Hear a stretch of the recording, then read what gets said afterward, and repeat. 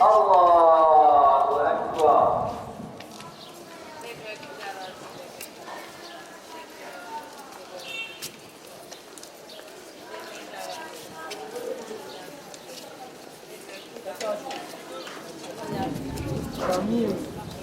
Allahu Ekber. Esselamu Aleyküm ve Rahmetullah. Esselamu Aleyküm ve Rahmetullah. Gazze'de, İsrail'in Gazze'de işlediği cinayetler, yaptığı katliamlar sana malumdur. İsrail ordusunu her gün çocukları, yaşlıları, kadınları katlediyor. Bebek katili İsrail ordusunu kahraman sıfatında kahru perişan eyle ya Rabbi.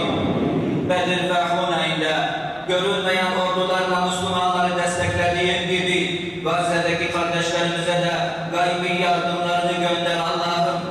Onlara uzanan elleri kır ya Rabbi. Ya Rabbel Alemin.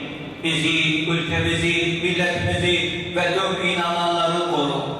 Birliğimizi ve kardeşliğimizi muhafaza eyle. Bizi görmek isteyen, aramıza nifak ve tefrika sokmak isteyen şer güçlere fırsat verme Allah'ım. İyilerin hürmetine, şehitlerin hürmetine, yeryüzünde kılınan namazların hürmetine bu dualarımızı kabul eyle. Gazze'deki yaralı kardeşlerimize de acil şifaları nasip eyle ya Rabbi.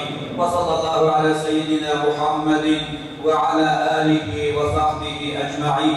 Dualarımızın kabulü için, şehitlerimizin ruhu için, Allah rızası için. El Fatiha.